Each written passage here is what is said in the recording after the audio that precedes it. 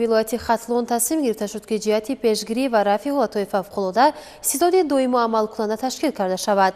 در ناحیه وسع اولین جلسه استاد جمهوری برگزار گردید که در آن وضع ساحل سوی دریاها، موضع‌های آسیب پذیر تل تپه‌ها و کوه‌ها، راه‌های اتومبیلگرد مطرح گردید. تفصیلات بیشتر از گزارش خبرنگارانمان. در ناحیه وسع ستاد دوم عمل کننده پیشگیری و رفع حالتهای فوق‌العاده برگزار گردید. در کار آن رئیس کمیته حالتهای فوق‌العاده و مدافع گراجدانی نزد حکومت جمهوری تاجیکستان، نمایندگان وزارت و اداره‌ها، معاون رئیس ولایت خطلون، رئیسان شهر و ناحیه‌های کلاب ولایت خطلون و دیگر مسئولان اشتراک نمودند. معاون اول رئیس کمیته حالتهای فوق‌العاده و مدافع گراجدانی اوید به وضع امروزه ساحل سوی و دریاها در منطقه کلاب و موضع‌های خطرزای راه‌های اتومبیلگرد اطلاع داد. موصوف قید نمود که در شهر و ناحیه‌های کلاب ولایت خطلون 207 موضع‌های آسیب پذیر موجود میباشد و شماره آنها در حال افزایش است. با مقصد پیشگیری از سیل و آبخیزی در ناحیه‌های فرخار و همدانی، واسع و کلاب، مومن‌آباد و شمس‌الدین شاهین و بلجوان و تیمورملک کارهای ساحلبندی ادامه داشته بیش از 20,000 تخته سنگ‌های آهن و بتونی ذخیره کرده شده است که این ناکفایه میباشد.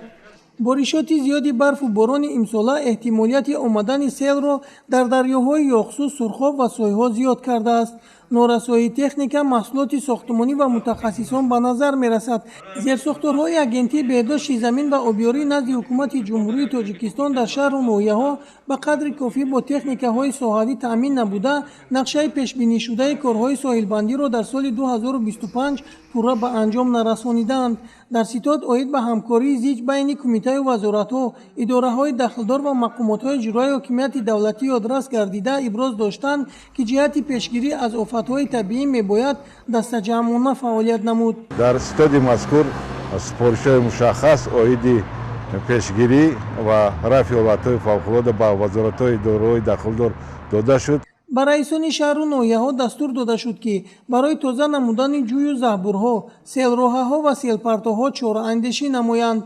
در ادامه ستاد رئیسان شهر و ناحیه‌ها، کارمندان اداره‌های بهداشت زمین و آبیاری و دیگر اشتراکچیان جهت بهتر نمودن فعالیت، برطرف نمودن کمبودی‌ها و پیشگیری از سیل و آبخیزی و یخچال‌فرایی پیشنهادها نمودند. ابراز گردید که تا ستاد آینده رفت اجرای وظیفه‌های گذاشته شده در محل سنجیده شده، از آن نتیجه گیری می‌نمایند.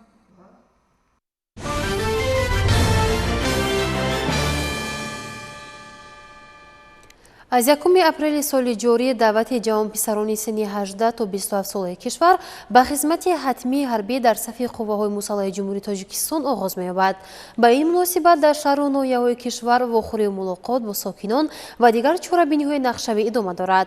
در همین زمینه در پروکراتورای حربی گارنیزون بختر جلسه هیئت مشاوره و شورای هماهنگسازی فعالیت مقامات حفظی حقوق و اداره‌کنی حربی برگزار گردید. گزارش همکسبانمان از ریاست اطلاعات و رابطه با جامعه وزارت مدافعه. در آغاز کار جلسه وابسته به اجرای سریوقتی طلبات فرمان پرزیدنت جمهوری تاجیکستان درباره به احتیاط رخصت دادن خدمتچیان حربی که مهلت مقرر گردیده خدمت حربی را ادا نمودند و دعوت نوبتی شهروندان سالهای تولد 1999 2008 جمهوری تاجیکستان به خدمت حربی تاکید گردید که چاره‌بینی‌های دعوت و گسیل شهروندان به خدمت حربی با صفت و در سطح بلند راه‌اندازی کرده شود.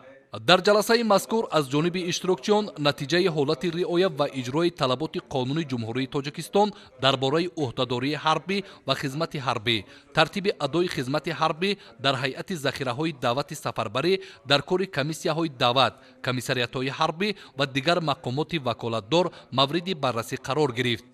مسئولین پروکراتورای حربی گارنیزون بختر تاکید کردند که جهت در سطح بلند تشکیل و راهاندازی نمودن چاره‌بینی‌های دعوت بهاری شهروندان به خدمت حربی از جانب مقامات‌های مسئول، نقشه چاره‌بینی‌های گوناگون پیش از دعوتی تهیه و در دوره پیشبینی گردیده عملاً تطبیق کرده شدند که آن به صفت بلند اجرای نقشه دعوت در شهر و ناحیه‌های ولایت مساعدت می‌نماید. дар рафти кори ҷаласа мақомоти вобастаи давлатии дават ва командирони қисму воҳидҳои низомии ҳудуди гарнизонӣ бохтар ҷиҳати боз ҳам дар сатҳи баланд ташкилу роҳандозӣ намудани чорабиниҳои давати баҳории шаҳрвандон, қабулу ҷобаҷокунии навазкарон дар қисму воҳидҳои низомӣ ва гусели он сарбозоне ки моҳлати муқаррар гардидаи хизмати ҳарбиро ба анҷом мерасонанд бо дастуру супоришҳои мушаххас вазифадор гардиданд.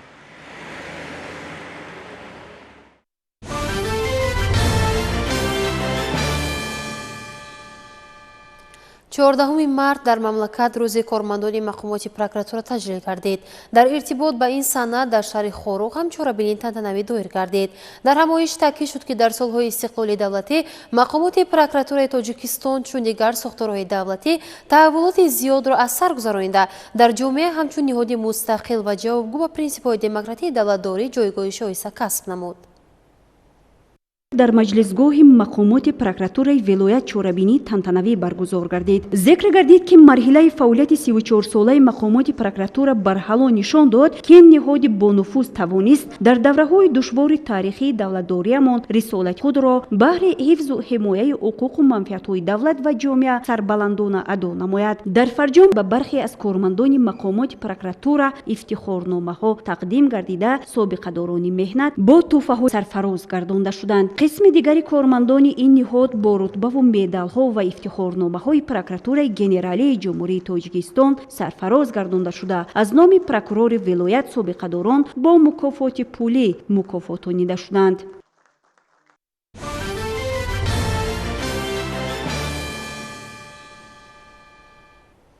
аз ҷониби маҷмӯи умумии созмони милали муттаҳид доир ба ташаббусҳои ҷаҳонии Тоҷикистон дар масъалаҳои обу иқлим ва ҳифзи прияхҳо 14 қатънома қабул гардидааст ки дар самти татбиқи ҳадафҳои рушди устувор ва ҳалли масоили марбут ба обу иқлим, тақвияти ҳамкории минтақавӣ ва байналмилалӣ дар раванди тағйирёбии иқлим, ҳифзи прияхҳо ва захираҳои обӣ дар сайёра нақши муассир мегузоранд. Бо дар назар дошти аҳамияти хоси прияхҳо барои рушди устувор, бо ташаббуси ҷумҳурии Тоҷикистон маҷмӯи умумии созмони милали муттаҳид дар асоси қатънома соли 2025-ро соли байналмилалии ҳифзи прияхҳо ва 21 мартро рӯзи байналмилалии ҳифзи прияхҳо эълон намуд. дар замони муосир тағйирёбии иқлим ба яке аз мушкилоти ҷиддии башарият табдил ёфтааст. Обшавӣ бо сурати прияхҳо ки манбаи асосии оби ошомиданӣ барои миллионҳо нафар дар ҷаҳон маҳсуб меёбанд, ҷомеаи ҷаҳониро ба андешидани тадбирҳои муштарак водор намудааст. маҳз бо ташаббуси ҷумҳурии Тоҷикистон масъалаи ҳифзи прияхҳо дар сатҳи байналмилалӣ матраҳ гардида, таваҷҷӯҳи кишварҳои ҷаҳонро ба ин мушкилоти муҳими экологӣ ҷалб намуд. Бо ибтикори пешрои миллат президенти ҷумҳурии Тоҷикистон муҳтарам Эмомалӣ Раҳмон маҷмӯи умумии созмони милали муттаҳид қатънома қабул намуда соли 2025-ро соли байналмилалии ҳифзи прияхҳо эълон кард. ҳамзамон 21 март ҳамчун рӯзи ҷаҳонии прияхҳо муайян гардид ки ҳадаф аз он баланд бардоштани сатҳи огоҳии ҷомеаи ҷаҳонӣ оид ба ҳифзи ин сарватҳои нодири табиӣ мебошад. тибқи маълумоти коршиносон, прияхҳо яке аз сарчашмаҳои асосии оби тоза дар ҷаҳон ба шумор мераванд. Тоҷикистон ки кишвари кӯҳсор маҳсуб мешавад, дорои беш аз 13 000 приях буда, онҳо нақши муҳим дар таъмини захираҳои обии минтақаи Осиёи марказӣ доранд. бо вуҷуди ин, дар натиҷаи гармшавии иқлим, солҳои охир қисми зиёди прияхҳо тадриҷан коҳиш ёфта истоданд ки метавонад ба таъмини об, рушди кишоварзӣ ва амнияти озуқаворӣ таъсири манфӣ расонад. аз ин рӯ ташаббуси Тоҷикистон ҷиҳати ҳифзи прияхҳо ҳамчун иқдоми саривақтӣ ва дорои аҳамияти глобалӣ арзёбӣ мешавад.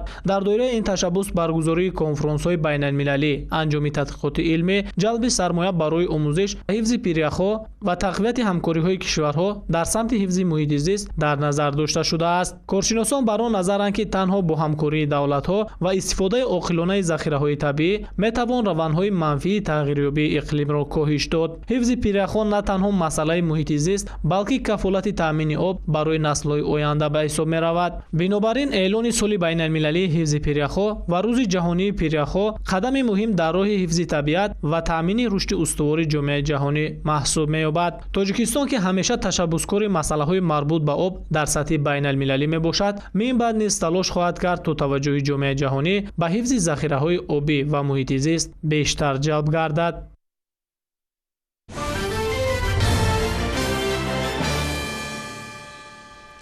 امروز در کمیته اجرایی مرکزی حزب خلق دموکراتی تاجیکستان در فضای ایدونا و پر از شکوه جشن بین المللی نوروز را با تمام رسم و آیین‌های ملی تاجیکانه تجلیل نمودند.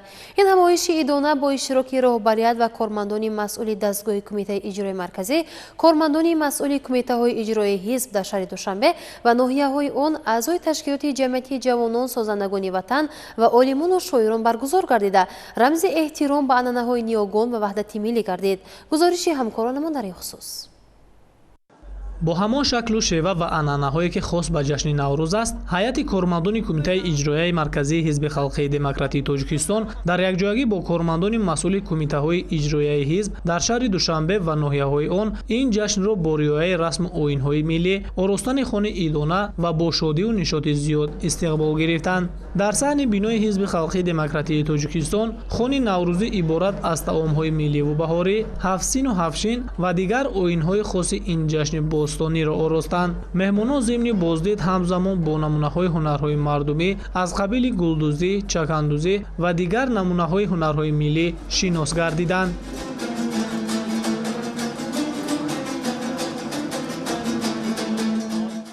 در قسمت رسمی چهاربینی مسئولین حزب حاضرین و در سیمای آنها تمام ساکنان کشور را به مناسبت فصل بهار گلفشان و جشن نوروز عالم‌افروز شادباش گفته اظهار داشتند که نوروز سرآغاز تاریخ پرقناوت ما بوده، همچون سنت پرارزش به فرهنگ و تمدن ملی و تار و پود زندگی نه تنها مردم تاجیک فارس بلکه کل خلق‌های منطقه آسیای میانه و بیرون از آن آمیزش یافته است. تاکید گردید که جهانیشوی نوروز ما را وادار می‌سازد که در برابر افتخار کردن اینچنین برای منبع در سطح بلند تجلیل و احیا نمودن سنت‌های اخلاقی و معنوی و فرهنگی و ملی آن اقدام‌های بیشتر نماییم و به اهل عالم جهت معرفی نمودن فضیلت‌های والای انسان دوستانه آن پیوسته کوشش و تلاش ورزیم.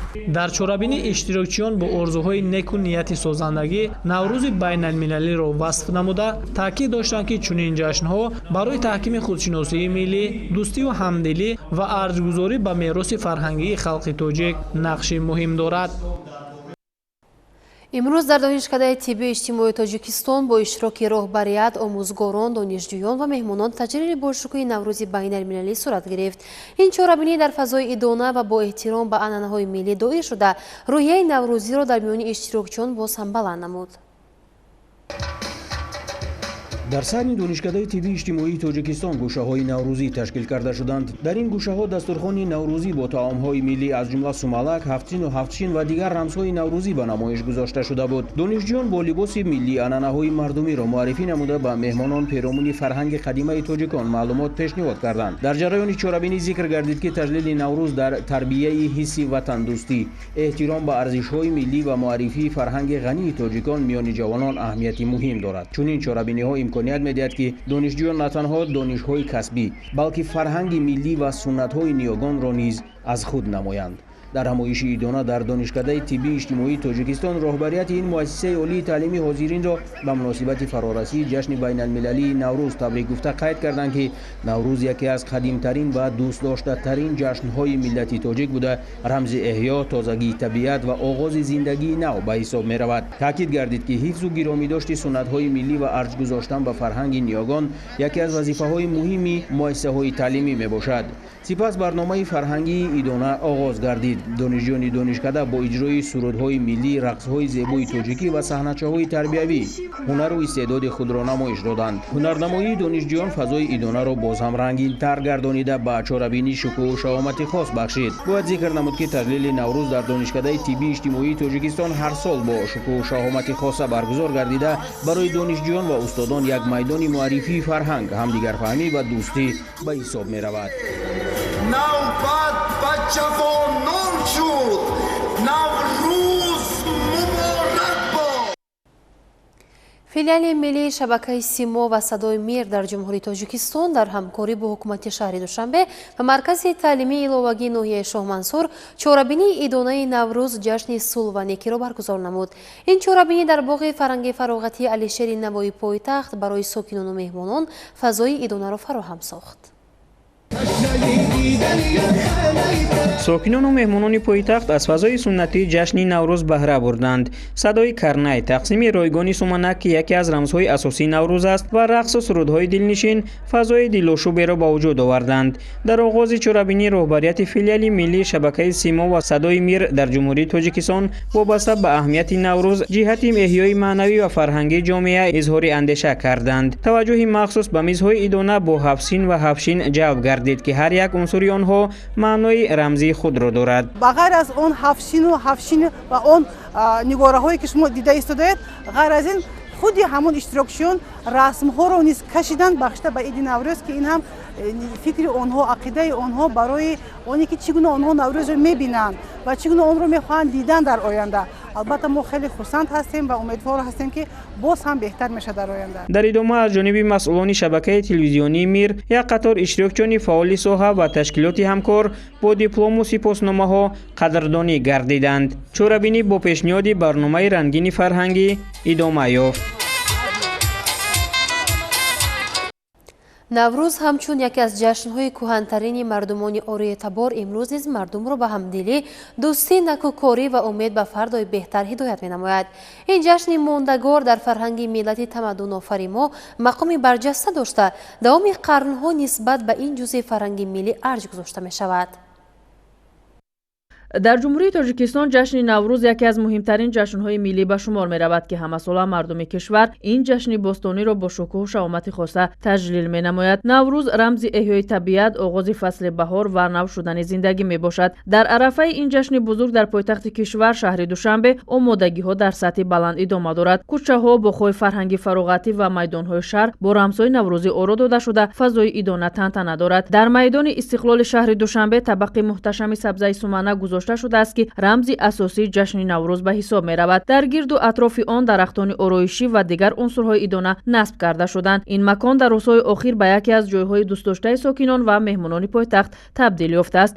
بسیاری ها به اینجا آمده نزد سبزه سومنک عکس‌های خاطره‌ای میگیرند و از فضای ایدانه لذت میبرند. همزمان در دیگر نقطه‌های مهم شهر نیز آرایشات نوروزی به نظر میرسد. در نزد بینای تئاتر دولتی اکادمی اپرا و بالت به نام صدرالدین عینی نیز سبزه سومنک با نوشتجات نوروز 2026 گذاشته شده است. این آرایشات به سیمای شهر زیبایی بخشیده مژده فرارسی جشن نوروز را میرساند. همه این کارهای آرایشی به خاطر استقبال سزاوار نوروز جهانی انجام داده میشود. این تدبیرها برای برداشتن روحیه ایدانه و زیبا گردانیدن سیمای شهر روانه شده است. جای ذکر است که اهمیت نوروز در سطح بین المللی نیز خیلی بلند است. سازمان ملل متحد 21 مارس را همچون روز بین المللی نوروز اعتراف کرده است. همزمان این جشن بر روی خط میراث غیرمادی فرهنگی بشریت شامل گردیده است. در مجموع آمادگی‌های گسترده در شهر دوشنبه از آن شهادت می‌دهد که مردم کشور به این جشن باستانی احترام زیاد دارند. با فرارسی نوروز ساکنان دوشنبه و مهمانان شهر این جشن زیبای بهاری را با خوشحالی استقبال خواهند گرفت. نوروز همیشه رمز زندگی نو، دوستی و امید به آینده نیک باقی میماند.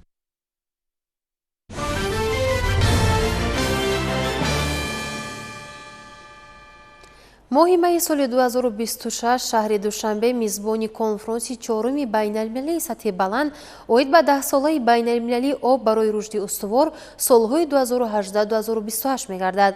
جمهوری تاجیکستان تحت سربری و راهنمایی پرزیدنت جمهوری تاجیکستان محترم امامعلی رحمان توأم به پیشبرد و تطبیق عملی هدفهای روزنامه‌های جهانی آب و اقلیم و پیشنهاد اقدام گلوبالی مربوط به ذخیره‌های آب، تغییریابی اقلیم، حفظ پریخ‌ها در برگزاری همایش و چهاربینی‌های سطح بلند بین المللی و منطقوی تجربه بزرگ دارد.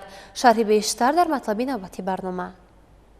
آب یکی از ثروت‌های حیاتاً مهم و عامل اساسی رشد استوار جامعه به حساب می‌رود. با در نظر داشت اهمیت بزرگ این نعمت، مجمع عمومی سازمان ملل متحد با قدنامه خود سالهای 2018-2028 را 10 ساله بین المللی عمل آب برای رشد استوار اعلان نمود. این تشبث با ابتکار جمهوری تاجیکستان پیشنهاد گردیده، هدف اساسی آن تحکیم همکاری بین المللی، استفاده عاقلانه ذخیره‌های آب و تأمین دسترسی اهالی جهان به آب تازه نوشاکی میباشد. 10 ساله مذکور با تطبیق هدفهای رشد استوار، به خصوص هدف ششم رشد استوار، تأمین دسترسی همه به آب تازه و بهداشت روانه گردیده است. طبق معلومات سازمان‌های بین المللی، امروز در جهان زیاده از 2 میلیارد نفر اهالی به آب تازه نوشاکی دسترسی کافی ندارند. аз ин рӯ ҳамкории кишварҳо барои ҳалли ин масъалаи муҳими глобалӣ аҳамияти махсус касб мекунад. ҷумҳурии тоҷикистон ҳамчун кишвари дорои захираҳои бузурги обӣ ва сарчашмаи асосии ташаккули об дар минтақаи Осиёи марказӣ дар пешбурди масъалаҳои вобаста ба об дар сатҳи ҷаҳонӣ саҳми назаррас мегузорад. маҳз бо ташаббуси тоҷикистон дар доираи 10-солаи байналмилалии амал силсилаи ҳамоишҳои байналмилалӣ таҳти унвони раванди оби душанбе роҳандозӣ гардидааст. дар ҳамин замина аз 25 то 28 майи соли ҷорӣ дар шаҳри душанбе конфронси чоруми байналмилалии сатҳи баланд оид ба 10-солаи байналмилалии амал об барои рушди устувор 2018-2028 баргузор мегардад. ин ҳамоиши байналмилалӣ аз ҷониби ҳукумати ҷумҳурии тоҷикистон дар ҳамкорӣ бо созмони милали муттаҳид ва дигар шарикони рушд ташкил карда мешавад. дар ҷараёни ҳамоиш масъалаҳои муҳими вобаста ба идоракунии устувори захираҳои об, рушди инфраструктураи обтаъминкунӣ, татбиқи технологияҳои муосир дар соҳаи об ва таҳкими ҳамкориҳои байналмилалӣ мавриди баррасӣ қарор хоҳанд гирифт. коршиносон бар он назаранд ки чунин чорабиниҳои сатҳи баланд барои муттаҳид намудани талошҳои ҷомеаи ҷаҳонӣ дар роҳи ҳифзи захираҳои об ва истифодаи оқилонаи он мусоидат менамояд.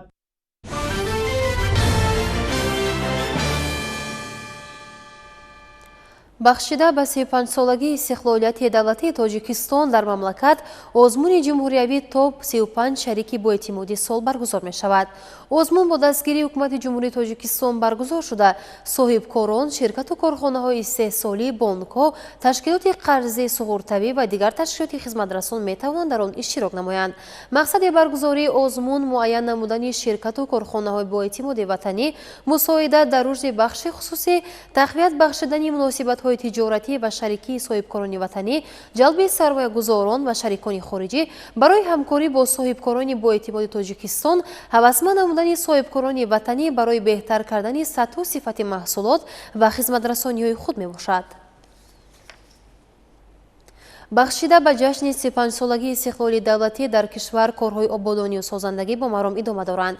зимнан аз ҷониби мақомоти иҷроияи ҳокимияти давлатӣ дар якҷоягӣ бо сокинон бунёди иншооти иҷтимоӣ ва сарсабзу хӯрамгардонии муҳити атроф васеъ баромонда шудааст. ҳамкорони мо Искандар Давлатов ва Толиб Сайфов дар ин хусус аз ноҳияи Ёвон гузориш медиҳанд.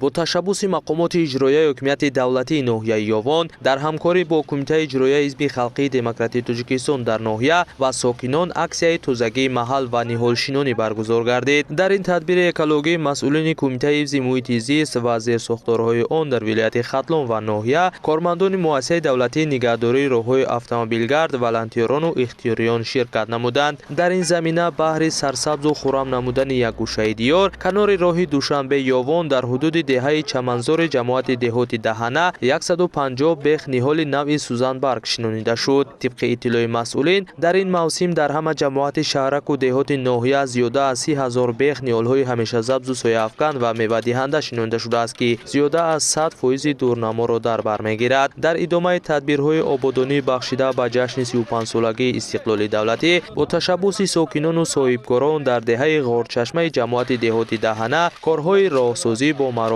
идома дорад. сокинон саҳм гузоштан дар корҳои ободониро вазифаи ҷонии худ шуморида, баҳри ҳаракати дилхоҳ воситаҳои нақлиёт роҳҳои ҳудуди деҳаро бетонпӯш намуда истоданд. дар кори он устоҳои маҳаллӣ ҷалб гардидааст. ҳамчунин ба кори онҳо техникаҳои соҳавӣ кӯмак мерасонад. иқдом гирифтем ки дар ҳамин 35-солагии истиқлолият 5 километр роҳро бетонпӯш кунем. айни ҳол 2 километршо бетонпӯш кардем. тасмим дорем ки бо тариқи мардум дар ҳамин 35-солагии истиқлолият як бунгоҳи саломатӣ ба истифода диҳем. аз ҷониби масъулини мақомоти иҷроияи ҳокимияти давлатии ноҳия баҳри ҳавасмандии сокинон ва саҳми арзанда гузоштани онҳо дар корҳои ободониву бунёдкорӣ, як қатор ташаббускорон бо сипосномаи Кумитаи иҷроияи ҳизби халқии демократии Тоҷикистон дар ноҳияи Ёвон қадрдонӣ карда шуданд. гузориши Искандар Давлатов, Толиб Сайф аз ноҳияи Ёвон барои барномаи иттилоотии Навид. як аз рисолатҳои ҷашни аҷдодии мо тоҷикон Наврӯзи Некпай ин тозаву озода намудани манзилҳои зист ва муҳити атроф мебошад. ҳамин анъанаи қадима дар ноҳияи Тоҷикобод зимни як ҳашар сокинонро ба ҳам овард. با فرا رسیدن فصل بهار در ناحیه توجک‌آباد کارهای آبادانی و سازندگی آغاز گردیده. بهر سرسبز و خرم گرداندن ناحیه، کارمندان تمام کارخانه و تشکیلات، مؤسسه‌های تعلیمی و جماعت و دهات تصمیم گرفتند که بخش به جشن نوروز به حشر برآمده در کوچه و راهروهای نزد مؤسسه‌ها، درآمدگاه شهرک، درختان سایه‌افکن و همیشه سبز ارچه شنانیده گرد و اطراف را از پرتوها تازه نمایند. در این روز ساکنان جماعت دهات لنگرشاه با مقصد تعمیر نمودن راههای مرکزی جماعت با استفاده از تکنیک و قوای دستی به حشر برآمده راهها را تعمیر نمودند.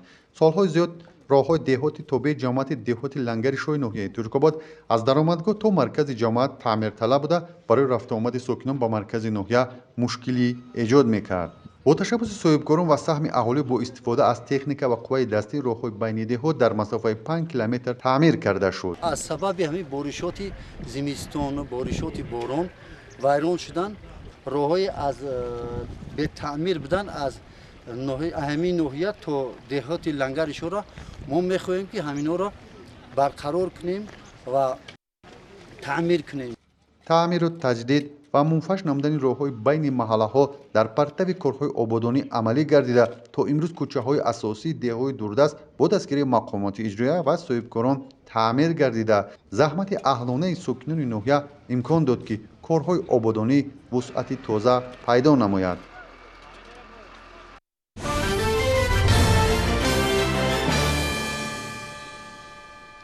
امروز در دانشگاه ملی تاجیکستان چهاربینی روزی درهای گشاد برگزار گردید. در این همایش آموزگاران و ختم کنندگان مکتب‌های میانه پایتخت و ناحیه‌های گوناگون جمهوری اینچنین ختم کنندگان لیسه دانشگاه ملی تاجیکستان اشتراک کردند.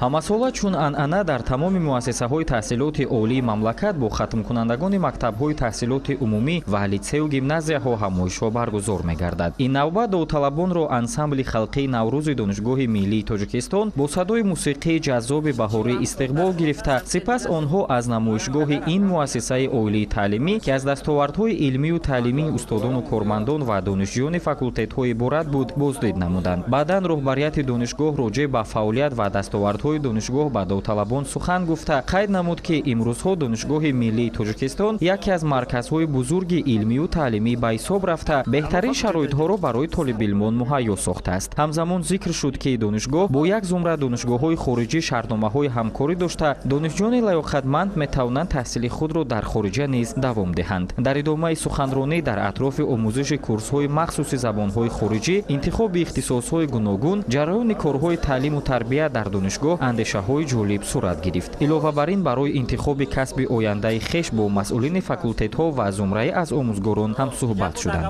дар донишгоҳ наздик ба 24 000 нафар донишҷӯ дар дараҷаҳои академии бакалавр, мутахассис ва магистратура бо забонҳои тоҷикӣ, русӣ ва англисӣ ба таҳсил фаро гирифта шуданд.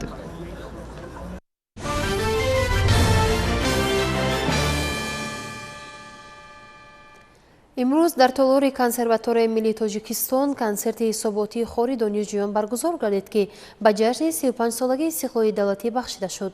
چهاربینی با اشتراک استادان، دانشجویان و دوستداران صنعت موسیقی در فضای دانه دایر شده. دانشجویان بهترین برنامه موسیقی خود را پیشکش هواداران صنعت نمودند. تفصیلات بیشتر در گزارشی همکارانمان.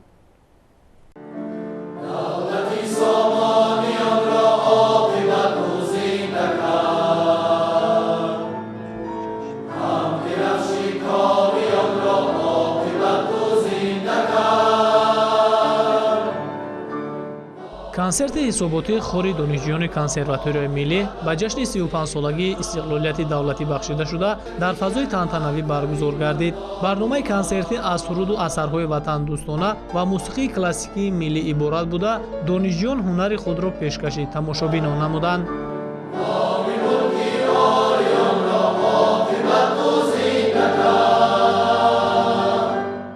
ما همساله مدت یک سال تمرین می‌نماییم و در اخیرای سال تا ماه اپریل مای ما کنسرت حساباتی خود را همساله پیشنهاد می‌نماییم. و امسال از سبب که خور خوبتر و بهتر چون از سال دیده پیشتر خوبتر تیار بود، ما امسال در پیش از عرفه عید نوروز بین‌المللی کنسرت خود را گذاشتیم. کنسرت حساباتی خوری دانشجویان کنسرواتوریا نه تنها جنبست فعالیت ایجادی آنها در دوام سال است، بلکه صحنه است برای معرفی استعدادهای جوان و ترغیب صنعت والای موسیقی تاجیک.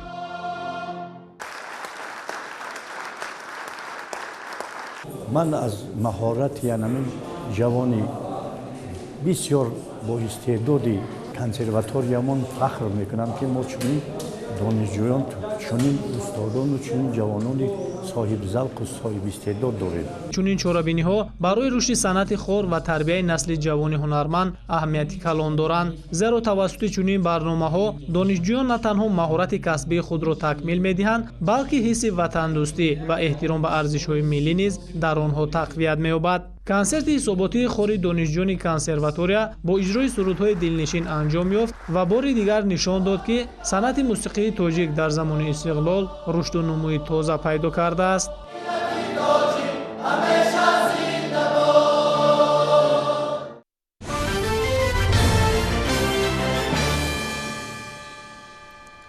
از 23 تا 28 مارد در شهر بیشکک جمهوری قرقیزستان نخستین مراتب بازی‌های دلفی جوانان دولت‌های اعضای سازمان همکاری شانگهای برگزار می‌گردد.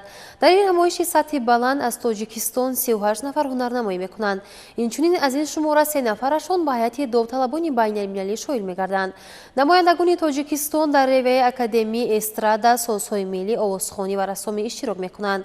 در نظر است که در دایره بازی‌های دلفی جوانان دولت‌های اعضای سازمان همکاری شانگهای کنفرانس بین‌المللی تحت عنوان بازی‌های دلفی وسیله مؤثر برای دستگیری استعدادهای جوان، رشد ساحه‌های ایجادی و سیاحی در دولت‌های اعضای سازمان همکاری شانگهای میباشند دایر می‌شود.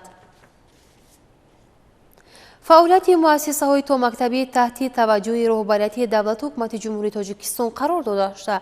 بابت رونق زینه اولی تحصیلات همه امکانیت‌ها روانه کرده شده است. شرح بیشتر این موضوع در مطلب همکارانمان از ولایت سوخت. الحال در نفاس شهر و ناحیه‌های ولایت 307 مؤسسه‌های تحصیلات تا مکتبی فعالیت داشته، در آنها 51983 نفر کودکان با تعلیم و تربیت فرا گرفته شدند. همچنین در نزد 734 مؤسسه‌های تعلیمی شهر و ناحیه‌های ولایت 1257 گروه‌های مرکزهای انکشاف کودک تأسیس داده شده، بیش از 27000 نفر کودکان سن 6 ساله با تعلیم و تربیت جلب کرده شدند. در ناحیه جبار رسولوف مرکز انکشاف کودک 57 گروه فعالیت داشته، در 32 مؤسسه در مرکزهای انکشاف کودک فعالیت میبرند.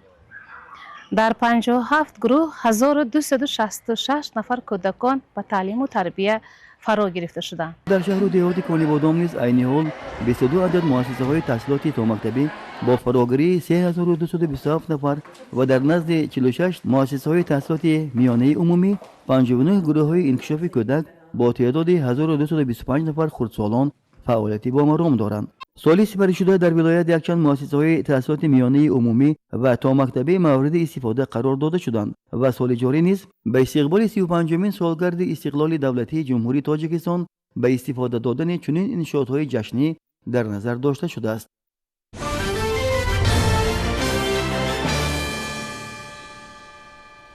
در مسابقه توکسول‌های بزرگ تیفلیس که از 20 تا 22 مارد در پایتخت گرجستان برگزار می شود، تاجیکستان را 7 جداکار معرفی می کند. این ورزشگران رمزالدین عزیزов در وزن تا 60 کیلوگرم، یاسین باباکالونov و اسکندر محمد خواجه‌زاده در وزن تا 66 کیلوگرم، سیفالدین زاده و ابوبکر شیرов در وزن تا 81 کیلوگرم، اردشیر حمزه و اوزرخش حمیدov در وزن تا 90 کیلوگرم هستند. در این مسابقه تاکنون بیش از 400 ورزشگر نام‌نویس شده. مبلغ عمومی جایزه‌ی آن 154,000 یورو پیش بینی شده است. بخشیده به جشن بین‌المللی نوروز در ناحیه دنغره ولایت خطلون روز 23 مارت سال 2026 مسابقه گوشتین ملی گوشتینگیری برگزار می‌گردد. تفصیلات در مطلب مهرانی عظیم.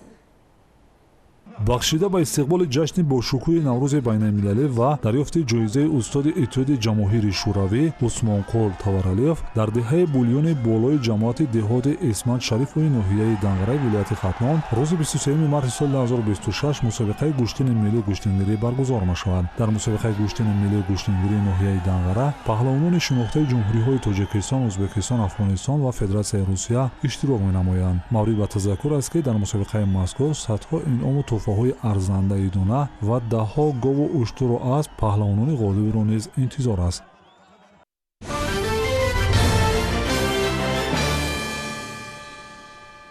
тамошобинони гиромӣ буд хабарҳои این ساعت که مستقیما منظورتان نمودیم. برایتان این ساعت خوش تمنا داریم. خیر.